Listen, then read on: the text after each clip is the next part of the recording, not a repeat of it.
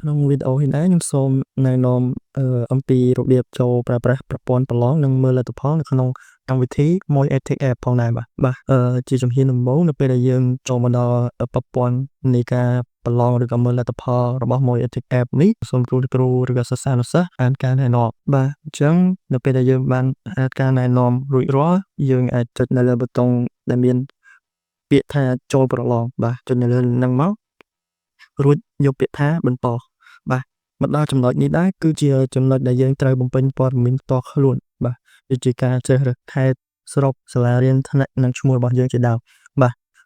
ជាឧទាហរណ៍ខ្ញុំសូមជ្រើសរើសយកខេត្តមួយដើម្បីធ្វើការប្រឡងបាទខេត្តបន្ទាយមានជ័យឧទាហរណ៍ស្រុក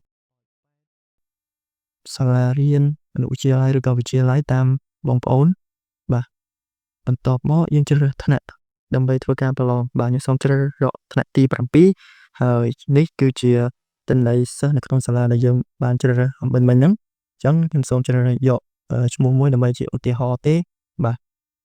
បន្ទាប់មកយើងចុចប៊ូតុងមួយដែលមានឈ្មោះថាការបង្កើតកូដរបស់អ្នកបាទនៅពេលដែលយើងចុចបង្កើតកូដរបស់អ្នកនោះយើងនឹងទទួលបានកូដមួយដែលមានលេខនិងឈ្មោះរបស់សិស្សផងដែរបាទបន្តមកយើងយកពាក្យថាចម្លងកូដជ្រើសរើសមុខវិជ្ជាបាទនៅពេលដែលយើងចុចចម្លងកូដនិងបន្តមកជ្រើសរើសមុខវិជ្ជាហ្នឹងទី1មកដល់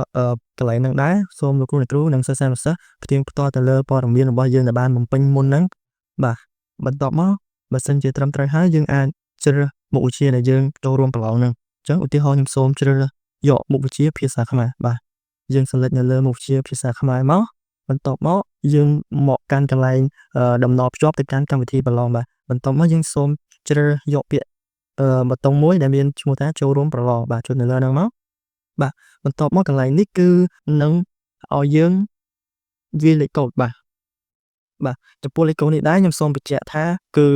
នៅពេលដែលចាប់ផ្ដើមប្រព័ន្ធប្រឡងនេះដែរក្រុមការងារមួយ ATF នឹង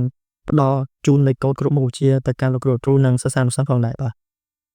បាទចំពោះលេខកូដភាសាខ្មែរខ្ញុំសូមវាយលេខកូដចូល1221បាទសូមធ្វើការផ្ទៀងផ្ទាត់បាទទៅពេលដែលត្រឹមត្រូវនោះប្រព័ន្ធប្រឡងនឹងជូនយើងមកកាន់ប្រព័ន្ធប្រឡងតែម្ដងបាទខ្ញុំជ្រើសយកឆ្នាំប្រឡងមុខវិជ្ជានិងបំពេញលេខកូដដែលសិស្សានុសិស្សចម្លងមុនហ្នឹងអញ្ចឹងខ្ញុំសូមផាសចូលមកនេះជាលេខកូដដែលយើងបានមកពីការបញ្ចូលឬក៏បំពេញទិន្នន័យមួយជំហានហ្នឹងបាទបន្ទាប់មកយើងជ្រើសរើសយកខែបាទបន្ទាប់មកយកពាក្យថា next នោះយើងនឹងអាចធ្វើការប្រឡងបានតែម្ដងបាទបន្ទាប់ពីប្រឡងហើយយើងអាចចុចពាក្យ submit ជាការស្រេចបាទចំពោះប្រព័ន្ធប្រឡងនេះដែរគ្មានតែប៉ុណ្ណឹងបាទសូមអរគុណសូមជម្រាបលា